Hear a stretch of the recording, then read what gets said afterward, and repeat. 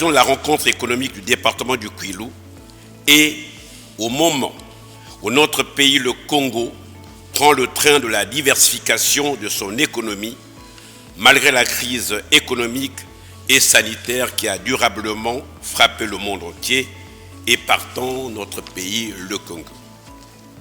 Aussi, voudrais-je saluer l'initiative prise par la Chambre de commerce et de l'industrie de Pointe-Noire et du Kwilu, en partenariat avec la préfecture et le conseil départemental, pour sa contribution dans l'organisation de cette journée économique dont le but bien précis est de présenter toutes les richesses et potentialités de ce département afin de valoriser, de promouvoir et d'accompagner son développement avec le concours incontournable de l'État congolais, la communauté des affaires, les partenaires au développement, la collectivité décentralisée et l'ensemble des partenaires clés.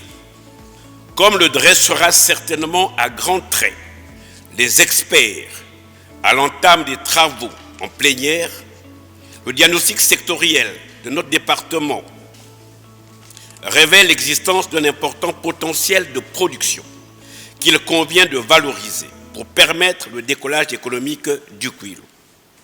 C'est à la faveur du climat de paix et de sécurité qui règne durablement et inexorablement dans notre pays et de l'amélioration du climat des affaires sous le haut contrôle de son Excellence M. Denis Sassou Nguesso, président de la République, chef de l'État, que les objectifs visés par cette journée économique seront atteints. Les journées économiques, dont c'est l'expérience pionnière, tirent leur source d'une volonté d'apporter une information entrepreneuriale fiable et selon des modalités d'accès plus aisées aux acteurs économiques. Dans notre pays, l'existence de cette information n'a jamais fait défaut. Elle était plutôt éparse, accessible auprès de plusieurs entités, posant donc le défi de l'articulation de toutes les structures productrices de cette information. Notre chambre consulaire a travaillé à la réponse à ces défis dans le cadre de la deuxième phase du programme de renforcement des capacités commerciales et entrepreneuriales financé sur fonds européens.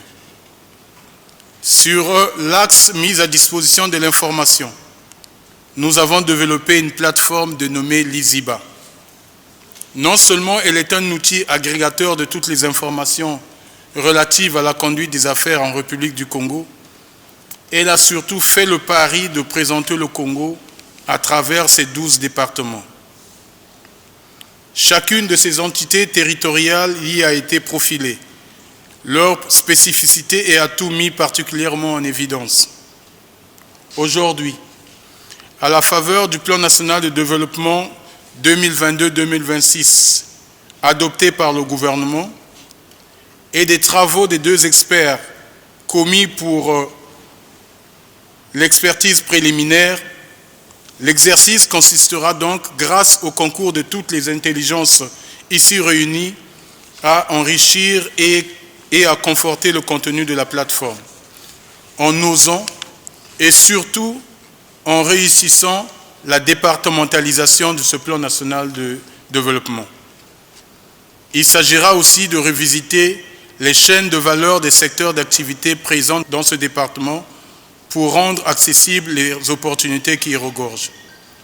Ceci se fera au travers de la méthode force, faiblesse, menaces et opportunités. À travers le monde, les économies ont souvent été fixes des configurations géographiques dans lesquelles elles se développent. À la prédominance du facteur géographique se joignent les différentes séquences de l'histoire qui ont marqué les territoires dans lesquels évoluent ces économies. Dans l'un et l'autre cas, le Kwilu a une belle carte à jouer au regard de ses atouts.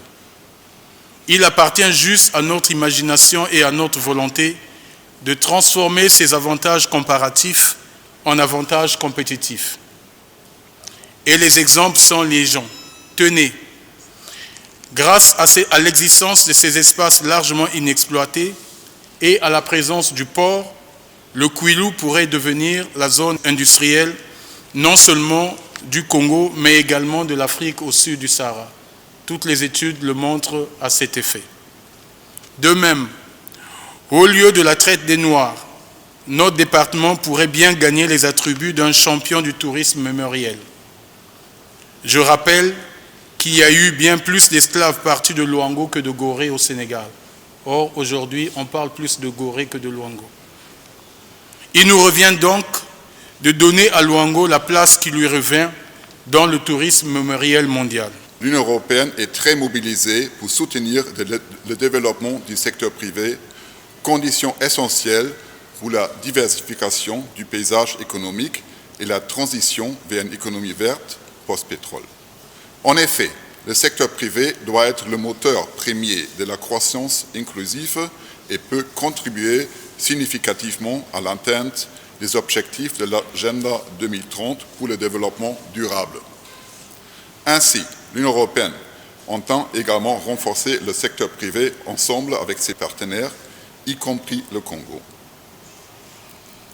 L'objectif est par ailleurs d'attirer les investissements privés vers des projets viables, créatrices d'emplois, tout en encourageant, grâce au dialogue avec toutes les parties prenantes, l'émergence d'un environnement dynamique des affaires. En ce qui concerne son action au Congo, l'Union européenne poursuit actuellement la mise en œuvre du programme de renforcement des capacités commerciales et entrepreneuriales, mieux connu sous son sigle PRCCE2. Ce programme vise à contribuer au renforcement de l'économie congolaise et à la création d'emplois de manière à promouvoir un développement socio-économique harmonieux. C'est dans ce cadre que l'Union européenne apporte également un soutien à la Chambre de commerce de Pointe-Noire dans ses actions pour l'amélioration du climat des affaires. Notre subvention vient notamment en appui à l'opérationnalisation du centre de médiation et d'arbitrage de Pointe-Noire, mais elle soutient également le renforcement des capacités des acteurs du secteur privé par de la formation comme les formations sur le droit au HADA. Enfin, notre financement a permis d'appuyer la création du helpdesk Liziba, déjà mentionné.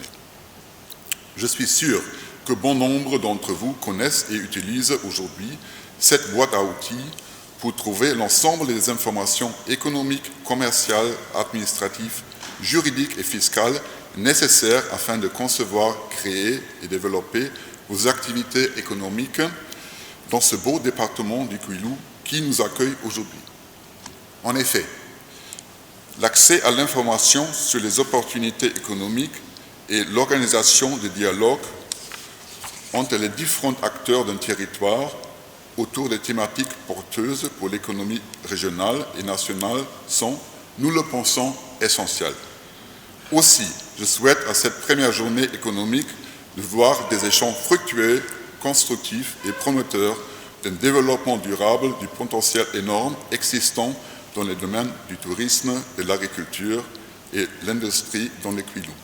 En organisant aujourd'hui les journées économiques du Kwilu, avec l'ambition de les étendre dans les autres départements, vous venez d'apporter une réponse adaptée et pertinente à ma préoccupation et je vous en félicite. Ma satisfaction est d'autant plus grande que l'importance des journées économiques des départements tient au fait qu'elles visent la promotion et le financement des projets communautaires à valeur ajoutée et engagent une réflexion sur la mise en œuvre du plan national de développement dans les départements. Il s'agit par ce biais, j'imagine, d'exposer et de promouvoir auprès des investisseurs nationaux et internationaux les gisements actifs d'opportunités, de développer le partenariat public-privé entre les départements et les investisseurs, de réaliser des projets ciblés pour le développement des territoires et de lutter, in fine, contre le chômage des jeunes et des femmes, contre l'oisiveté et contre l'exode rural. C'est donc avec un vif intérêt que le gouvernement a accueilli le projet d'organisation des journées économiques à travers les départements de notre pays, dont le Kwilu, qui sert aujourd'hui de laboratoire d'expérimentation et de rampe de lancement. Voilà pourquoi j'adresse mes sincères félicitations à la Chambre consulaire de Pointe-Noire, à la préfecture et au conseil départemental du Kwilu pour avoir uni leurs efforts dans le cadre de cette importante initiative. C'est ici pour moi le lieu de remercier la délégation de l'Union européenne qui, en assurant le financement de ces journées dans le cadre du programme de renforcement de capacités commerciales et entrepreneuriales, traduit sa volonté d'accompagner les collectivités locales dans leur quête d'autonomisation à travers la promotion de la gouvernance locale et la création des richesses pour une décentralisation effective avec pour effet de faire franchir à nos territoires des caps de développement à même de doper leur contribution à la richesse nationale.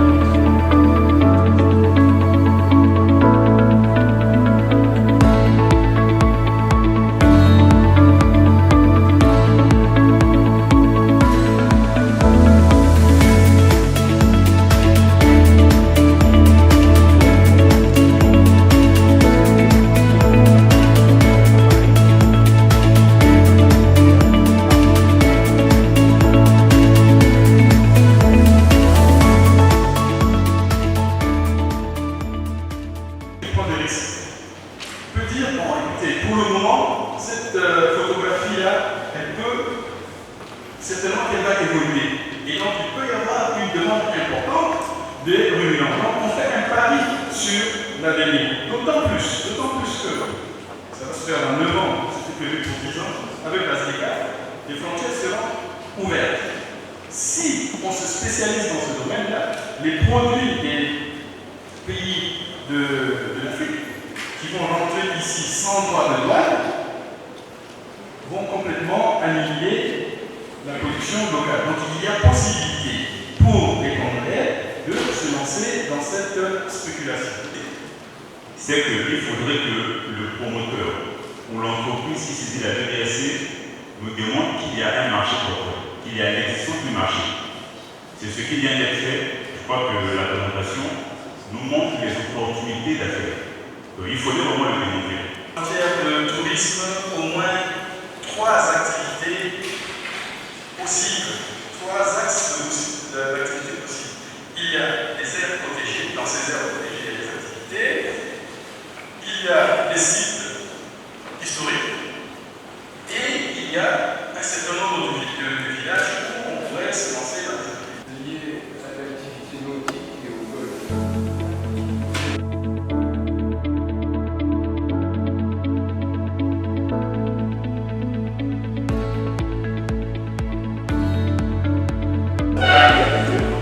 Justement, il y a la condition de venir maintenant tirer carrément lorsque le pays doit faire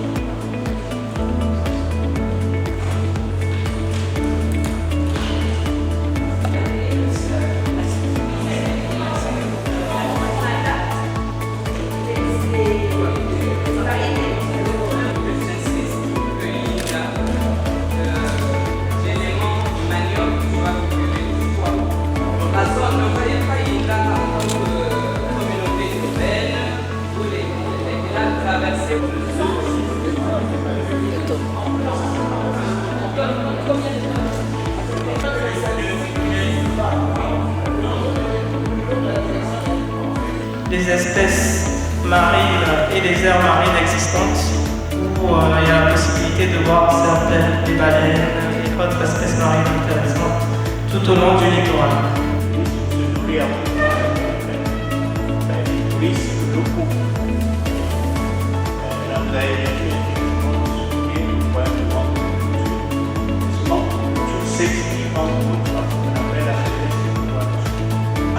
Indiquer clairement une recommandation.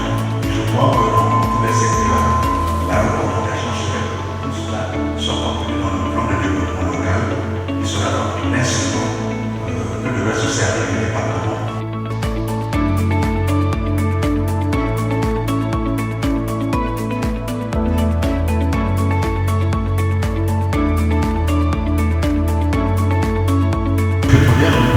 L'électricité dans un village, comme ça, il y a une réglementation.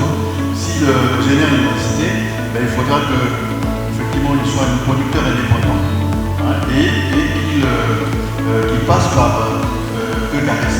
La première ressource au niveau de notre pays qui a été éclipsée par le pétrole, et je ne comprends pas pourquoi on n'en fait pas état. Est-ce qu'au niveau du pays, nous on exploite pas le bois? Au nom de Monsieur le Premier ministre du gouvernement, je déclare close la journée économique du Kouilou. Mesdames et messieurs, je vous remercie.